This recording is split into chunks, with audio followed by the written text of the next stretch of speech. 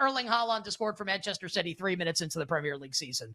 Glad I bet Burnley plus 1.5 right before the game started. Also, like the Erling Haaland, like we talked about this on Wednesday, like Harry Kane is still plus 900 to like lead the Premier League in goals. He's literally going to play for Bayern Munich in Germany. Is that market still open?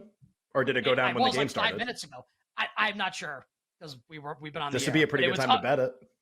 It was up like 4 minutes ago. I can check. I literally have it on my screen right now. Oh, yeah? Little slow to move market.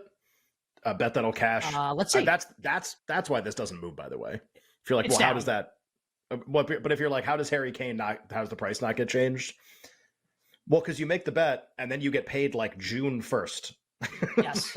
So you paid like whatever when Championship Sunday or whatever they call it is. I just want to quickly give some NFL preseason takeaways, Ken. If you'll be so kind to oblige me this time to do this. Did you watch both games live? Yeah. Well, the first one was blacked out here. If you live in New England and you don't get like the local station, you couldn't watch the first game last night. So I watched the second game. So I watched it on NFL Network. So like I didn't watch the entire. I fell asleep before Vikings Seahawks ended, but I watched Texans Patriots and then I watched like the first half probably of Vikings Seahawks. So Texans beat the Patriots 20-9. Ken, great job. I guess they covered the spread anyway, but like you were big on just take Texans money line. Thought they were going to win. Very likely to win the game, and to be fair, they did. So Mac Jones doesn't start. Bailey Zappi plays. I think he looks okay. Also, I think the fact that Mac doesn't play and Zappi plays a lot tells you that Mac Jones is like there's no quarterback competition. I think some people are still like holding on to this idea that there's actually a competition. No, there isn't. Mac Jones is going to be the starting quarterback of this team. I kind of can't shake the idea, and like Tyler's not on the show today, our pal Tyler Morales. He was talking up Malik Cunningham, the former Louisville quarterback who's on the Patriots right now, as being like being like a weapon for the Patriots, right? They used him at running back. They lined him up a wide receiver. He scored their only touchdown of the game. Belichick was heaping praise on him after the game. Like the lazy comparison is going to be, well, maybe like Cunningham could be like Julian Edelman, right? A former college quarterback that Belichick turns into a wide receiver, has a ton of success. I'm not saying that Malik Cunningham is going to be like Super Bowl MVP like Edelman was, but you know, like I feel like he's going to contribute some way, shape, or form, like maybe early with this Patriots team, just like the feeling that I have right now. Patriots have a second-round defensive end that they took, and this kind of goes under the radar because it's not like a skill position player for fantasy named Keon White, who like wrecked the Texans offense like single-handedly last night. Just someone like, I'm not saying this is more just like for football fans. It's nothing like no real betting application here. It's not going to win any award. I guess he could have won Defensive Rookie of the Year. Maybe just like think about that. Keon White, remember that name for the New England Patriots. The Patriots running backs with Ramondre Stevenson not playing, Pierre Strong, Kevin Harris, very unimpressive. They also were really bad in pass protection. And the Patriots like backup offensive line was playing. They couldn't protect the entire game, but the running backs were not good in pass protecting. Remember what I said earlier this week? That I feel like if their running backs can't pass protect, they're going to sign either Ezekiel Elliott or Leonard Fournette. That hasn't happened as of yet. My bet is I think that one of those two guys will be a Patriot by week 2, next week when the Patriots play their second preseason game. I think that's actually pretty likely now. Quick notes on the Texans. CJ Stroud throws an interception, whatever. It's just people are going to overreact to it. I don't think it matters at all. He's still going to be the starting quarterback. Tank Dell looked awesome. Their third-round rookie receiver, 8 targets, 5 catches, 65 yards, and a touchdown. Tyquan Thornton flashed a little bit, caught a nice pass from Bailey Zappi. He's like their 5th receiver. Demario Douglas, Ken, the wide receiver that we've talked up a lot, that Patriots beat writers have been talking up a lot. Goose-egged the night.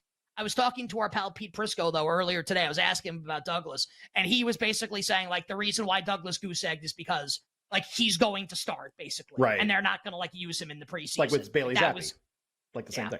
Yeah.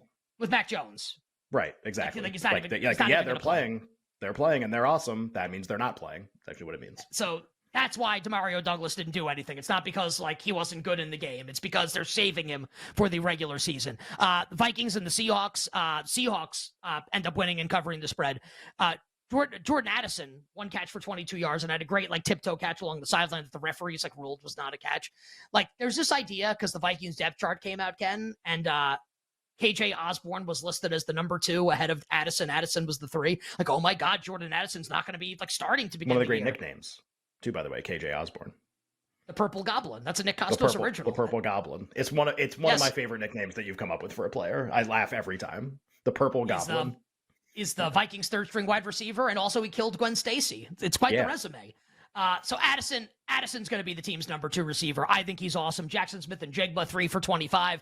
I still think that for fantasy relevance, he needs either Metcalf or Lockett to get hurt. But I mean, he's awesome. And like when he gets the ball, I think he's going to be really good. The most interesting thing though, from the Minnesota perspective, or for like either team, honestly, Alexander Mattison doesn't play in the game. He's obviously the Vikings starting running back now with Dalvin Cook still haven't been released and Dalvin Cook still on the waiver wire, the free agent wire, whatever.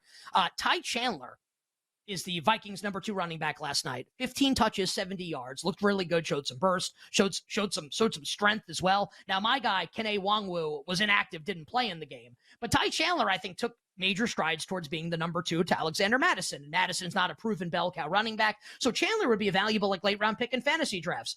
Now, complicating matters is that Kareem Hunt is continuing his like the tour of the United States, visiting every NFL team, visiting the Minnesota Vikings today. Obviously, if the Vikings sign Kareem Hunt, he becomes like the 1B to Alexander Madison's 1A. So it like immediately kills Chandler, it kills McBride, it kills Nwangwu. And honestly, it makes you feel a lot less good about Alexander Mattison being like the bell cow for Minnesota if and when they sign Kareem Hunt. So just something for people to keep an eye out for. Also, how about this name for you? Jalen Reagor, obviously famously picked for Justin Jefferson, and now he plays with Justin Jefferson on Minnesota. He was like pretty decent last year and was really good last night. If the Vikings are going to be in a lot of shootouts this year, and it's Jefferson, Addison, Osborne, Reagor, Hawkinson as their 5 pass catchers, they're going to score a ton of points, and Kirk Cousins is going to have a monster year.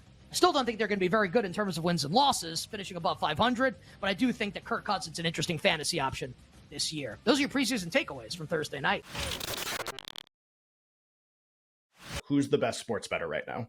Like, who's the best sports writer right now? No one would have like a good answer. People would probably end up naming people who are famous, like who are like, honestly, people like who host shows like us or who host podcasts, just people with like a lot of visibility and a lot of popularity. That might be the answer. Be like, well, like they're, host the best show or whatever, so they must be like the best gambler, or people that they've maybe heard about or whatever.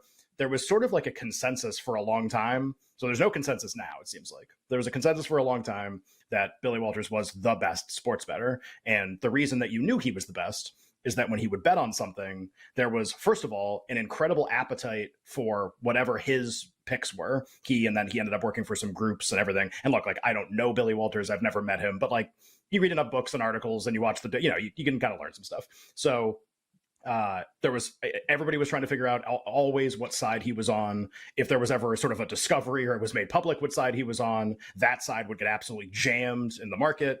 And because this was someone who basically always won, like every single year. I think the rumor always was, I think he bet for like 30 or 40 years and only had one losing season, I think, in that amount of time. And he bet on all the major sports.